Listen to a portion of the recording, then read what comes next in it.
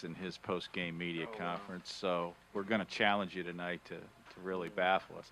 But no, seriously, if there's anything that's been really constant or evident in the first two games, I think to all of us is this team's willingness to share the basketball. And at times the last 2 years, for whatever reason, that really didn't happen as much. Are we right? Do you agree with that? And do you really like that, what you're seeing from those guys in that willingness to share? Yeah, and I think it's very natural, the ball movement that you're seeing. I think you're seeing, Vince Edwards and Dakota Mathias and P.J. Thompson and John Octius. You added 4 selfless guys that are perimeter guys. Sometimes you'll get a selfless guy, but if he doesn't have the ball in his hands and he has size, he's really not a primary decision maker. So you got the ball in those guys' hands. Basil Smotherman's always been a great guy at reversing the ball, getting the ball inside, being unselfish. And so it makes for good basketball. It's fun to play. And anytime you do that and it gets contagious and everybody starts doing it, it makes for good offense. Matt, what did you like about the two exhibitions most, and what are you still wondering about going into the regular season? Well, I would say the ball movement's probably the best. Just it's fun to play when guys are unselfish. It's fun to watch, fun to coach. The thing that you still have questions about is that you weren't challenged, and you're able to play everybody and get everybody experience, but you didn't get into any adverse situations. And so I think that's something that you would prefer to be able to get in. We were able to play some zone in both games, and I wanted to get experience of doing that. And they did some things today that showed some weaknesses. We really made some changes from the last game. I thought we did a better job of getting to the shooters and not allowing open three-pointers. But then they got the ball around the basket a couple times. And we were pretty confident with A.J. around there, leaving him one-on-one a lot and making people score over him. But when he wasn't in there, they scored. And so we have to do a better job maybe of protecting in a little bit. But we'll watch the film and get it figured out.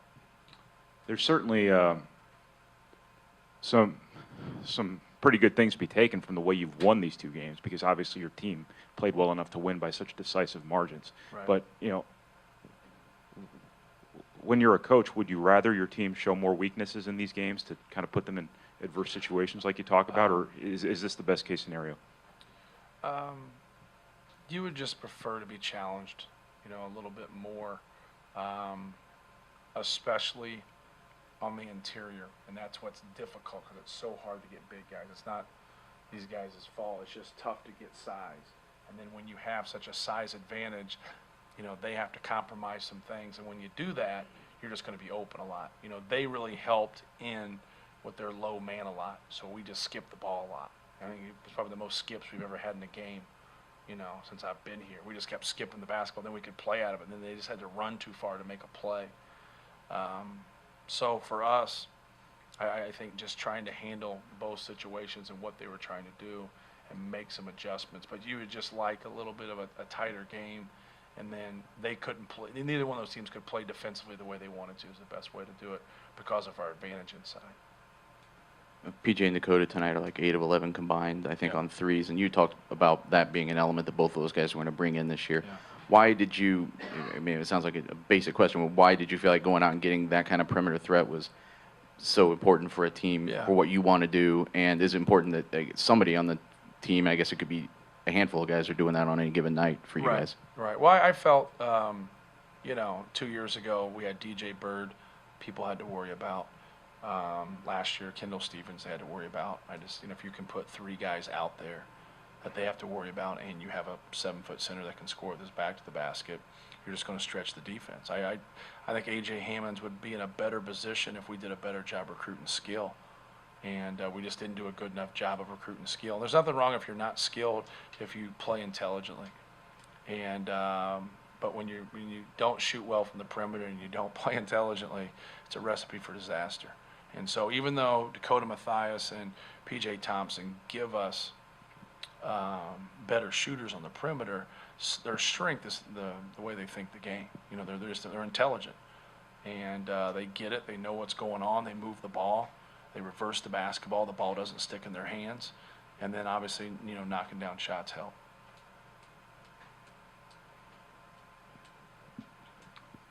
Will you consider redshirting Jaquil? I don't think so. I think he'll play. We haven't even discussed it as a staff. You know, the thing about him, and I don't know, you have 11 guys. There's no way I'm playing 11 guys. So there could be some times where it's tough for him to get some minutes.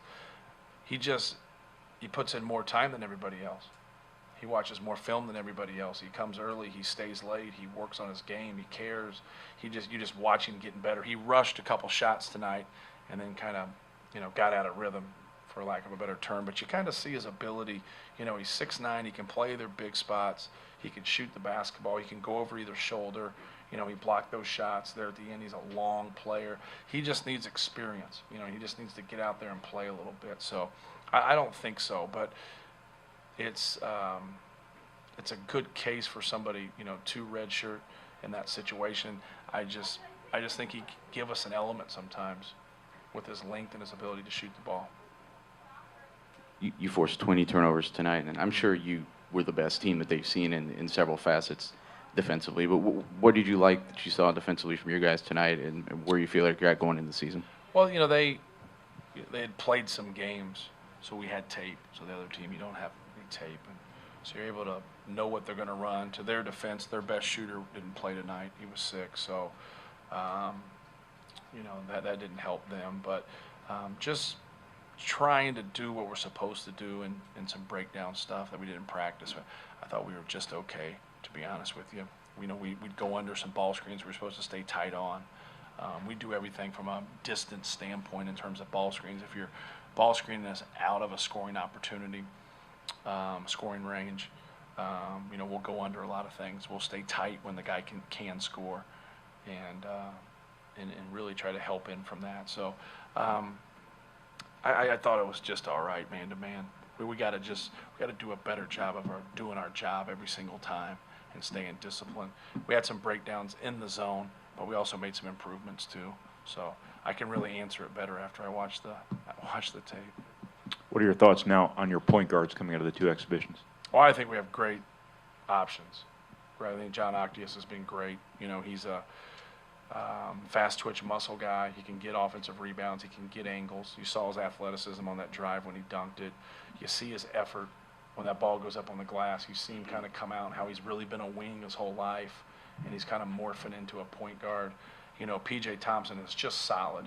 If you're going to let him shoot, he can knock down shots, but he moves the ball and he keeps it moving. And then Bryson gives you that burst, that athlete that can, break down the defense and drive. So I think we have a lot of competition there, and I think that's healthy. I think that's really going to be good for us. Is there anything else? All right, thank you. Thank you. 2 games now. One of the, points that's really seems improved about this team is its willingness to share the basketball. If you look at the assists and the made field goals, very impressive in each game. Can you, through your eyes, your veteran eyes of being able to compare to the last 2 teams, what's the difference this year, and why do you think this team shares the ball so well? I think it goes back to just the culture of the team we have right now, in the locker room we have with all the new guys that came in, including these 2 guys right with me. I mean, just the willingness of them coming in, wanting to pass the ball, wanting to share the ball. I don't think they have a selfish ball into them. So everybody coming in and wanting to play together and having fun with each other. I mean, sharing the ball like that, it's always going to be fun. Everybody scoring, everybody getting to the basket, everybody making shots. So having these new guys come in and trying to change the culture with us older guys trying to change it too, it's been marvelous. For PJ and Dakota, you guys were each at 4 threes tonight, and even if it's not you, do you feel like that's going to be crucial this year?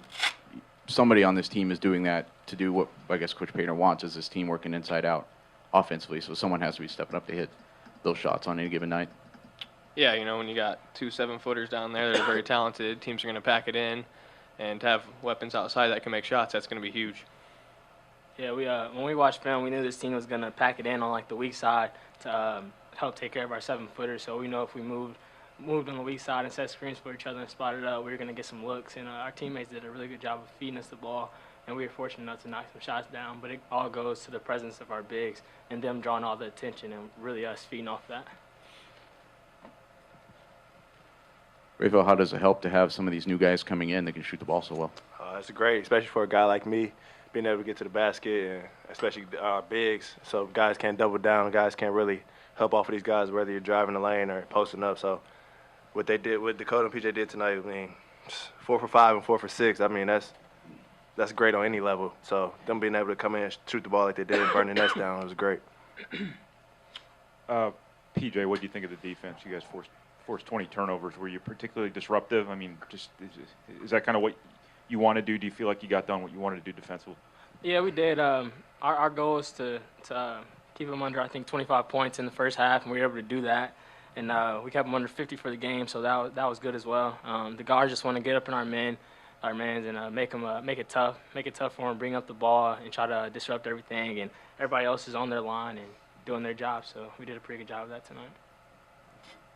PJ, in terms of how you kind of value your game offensively, where does perimeter shooting rank? I mean, in terms of importance.